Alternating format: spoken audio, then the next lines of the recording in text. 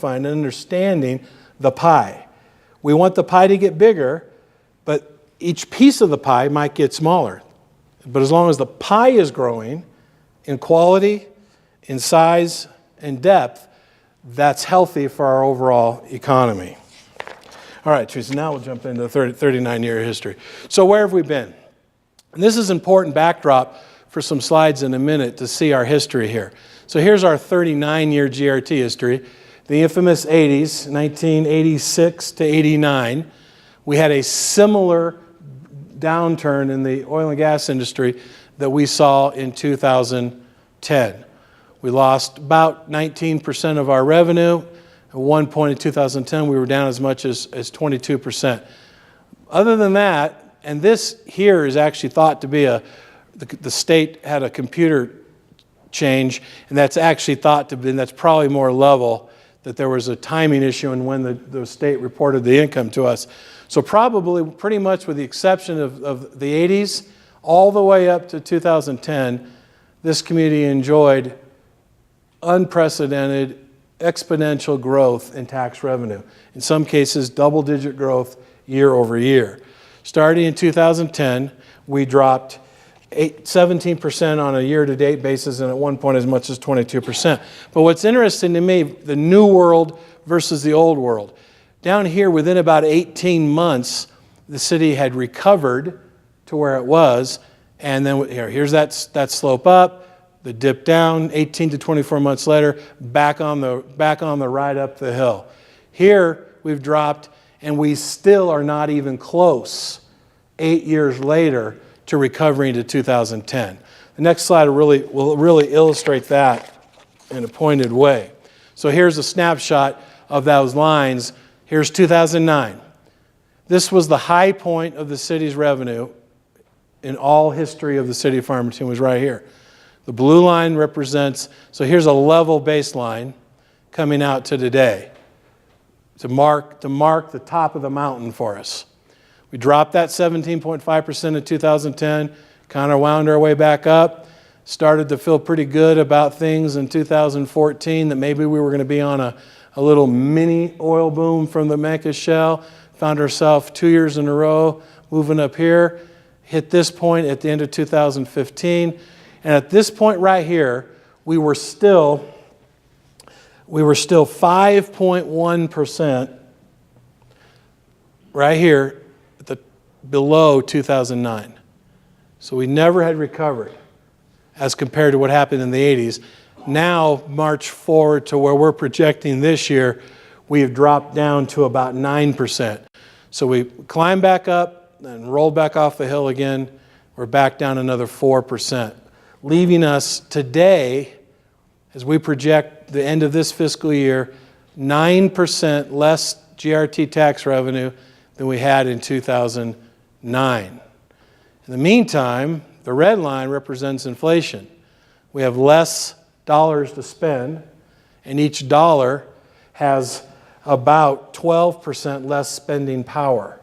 So 9% less dollars, each dollar will buy 12% less. That's a negative variance of over 19%. So in a very real way, today, your city government is operating on 19% less GRT tax revenue in the form of buying power and actual dollars than we had in 2009. So just think about that and how that would affect your lifestyle in your own home. And some of you may have experienced something similar.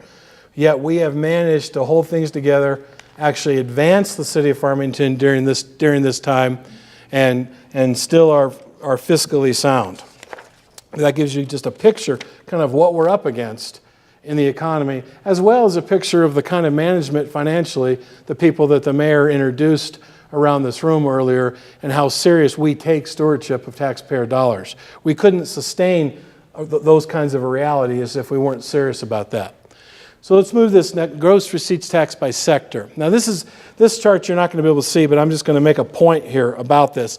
What this chart is doing is comparing our GRT sectors.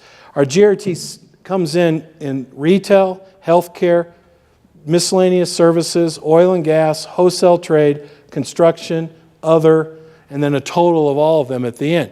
And this is an interesting analysis that I did actually for a talk that I gave, a lecture at Duke University last fall, that they wanted to know what's going on in the San Juan Basin.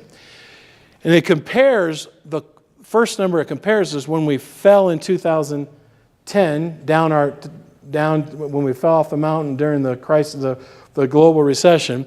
Then it compares the recovery in between, where we climb back up to the 5, and then it actually, we can look at where we are today. So that's just there to kind of tell. I'm going to give you some data that we kind of extrapolate from this chart. In looking at oil and gas specifically, which is actually this section, we dropped 29% in oil and gas in between 2009 and 2010. But it continued to drop during the somewhat recovery that we looked at between 10 and 15. It dropped another 36%. And today, as we stand here, from the closing of 2015 until 9 months into this fiscal year, it's dropped another 26%. Oil and gas has virtually disappeared in a big picture as a revenue source for the city of Farmington right now. But what the other sectors have done is what's so amazing. During that recovery period, slight recovery between the fall of 2010, when I say fall now, I mean the fall, the crash, the moderate improvement to get back up to within 5%. Retail actually, during that same period of time, went up 1.5%. The miscellaneous service sector went up 35%, wholesale up 15%, construction 13%, other 57%, and everything combined 15%. So while gas fell another 36% after the fall of 2009, everything else was up except oil and gas. That's as we closed 2015. So back in 2010, this is what's really interesting to me.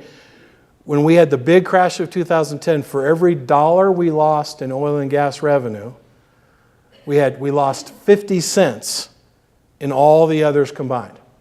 A huge correlation, right? I mean, that's a huge correlation. You lose $1 in the oil and gas sector, everything else plummeted at a 50% of that level. Fast forward to the recovery, the somewhat recovery of 2015, for every dollar that we were still down in oil and gas, we were only down 7 cents in the composite of everything else. That's an incredible decoupling of the ratio of our dependence on oil and gas. Now you say, yeah, but the last 9 months, I bet everything's fallen apart. Well, it has in oil and gas. Oil and gas, as I told you a minute ago, in the last 9 months, has plummeted another 26%. But the total GRT, all of it together, is only down 5%. Now, I can't believe I'm saying the words only down 5%, but that's survivable as a community. And what's driving that? In the last 9 months, retail is only down 3%. Food and accommodations, tourism is a real high point, is up 5% in the last 9 months. Healthcare is up 7% in the last 9 months. Construction is up 10%. So we are still certainly, the oil and gas industry is very, very important to us, and how long these ratios will stay and how long they're sustainable, but it takes you back to why acknowledging and respecting the retail and the service sector and tourism and these other sectors is important as a community, and that as a local government that we enhance and that we nurture those other sectors through quality of life projects. We can't just roll up the carpet because the oil and gas industry is in trouble. We've got to continue to maintain ourselves as the clear retail, commercial, service, healthcare, quality of life, recreation, entertainment hub of that 307,000 region. That's what you have to visualize. So if you hear the city council talking about building a spectacular family water park at a time of the economy being down, understand that that's economic development for this community. That continues to bring in tourism and bring in regional regional tourism, as well as continue to solidify that Farmington is the place you want to come from all over the Four Corners region. Come down, go shopping, go to a movie, go to the water park, check into a hotel, spend the night, and get up and do it all over again. Go to Sam's Club, load up the back of your pickup truck, and then go back home out into the Four Corners region. So it's incredible. It's incredibly important that we see ourselves as more than an oil and gas community. That we see ourselves as something much, much broader than that and recognize our economy. Let's skip the next one for the sake of time. But economic diversification.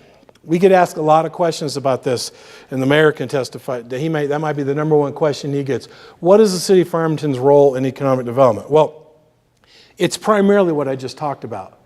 It's recognizing that as a government, we need to provide the infrastructure, the quality of life, the public safety, the parks, the libraries, the amenities, the infrastructure, the utilities, in order to nurture our key role as the hub of the entire Four Corners region. That's the most important thing the city of Farmington does.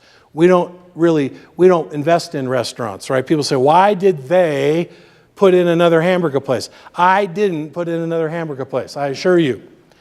I get credit sometimes for that when I had nothing to do with it. I likewise get blamed when I had nothing to do with it. The private sector develops. The private sector invests. The private sector risks its capital and decides how we're going to grow and develop. They're the ones that take the risk. But nevertheless, we're interested in economic development. And the city of Farmington, here's how we do it. Instead of us having a staff of 2 or 3 people in the city and having our own economic development department, the economic arm of the city of Farmington is the Four Corners Economic Development Incorporated. And this is where we partner together with the private sector because, once again, it's ultimately a private sector venture. So this allows us to partner with the private sector as well as the other government entities. The city of Farmington is by far the largest single contributor. I think we're maybe more than double, the very next highest single contributor to Four Corners Economic Development. We take it seriously. Your mayor, your city council take it seriously, and we invest heavily. And it's a very organized and strategic approach. And they have targeted sectors to try to develop jobs. And notice, hamburgers is not on that list. Because you really don't target hamburgers or retail. It just comes. And it's tied to all these things. But in our case, it's tied to some very unique factors of our regional impact. Agricultural, energy, and mining, that includes oil and gas. Very, very important, not giving up on it. Tourism, education, health services, location neutral. So I wanted you to know, if you want more information, go to their website. This organization, unfortunately, the last couple of years has been spending more time on defense than on offense, but it has had some real success in organizing our efforts to fight the EPA and to stand up for the oil and gas industry through the Real People, Real Jobs campaign. Has been very, very successful, and I encourage you to monitor that. So the summary kind of this opening part is,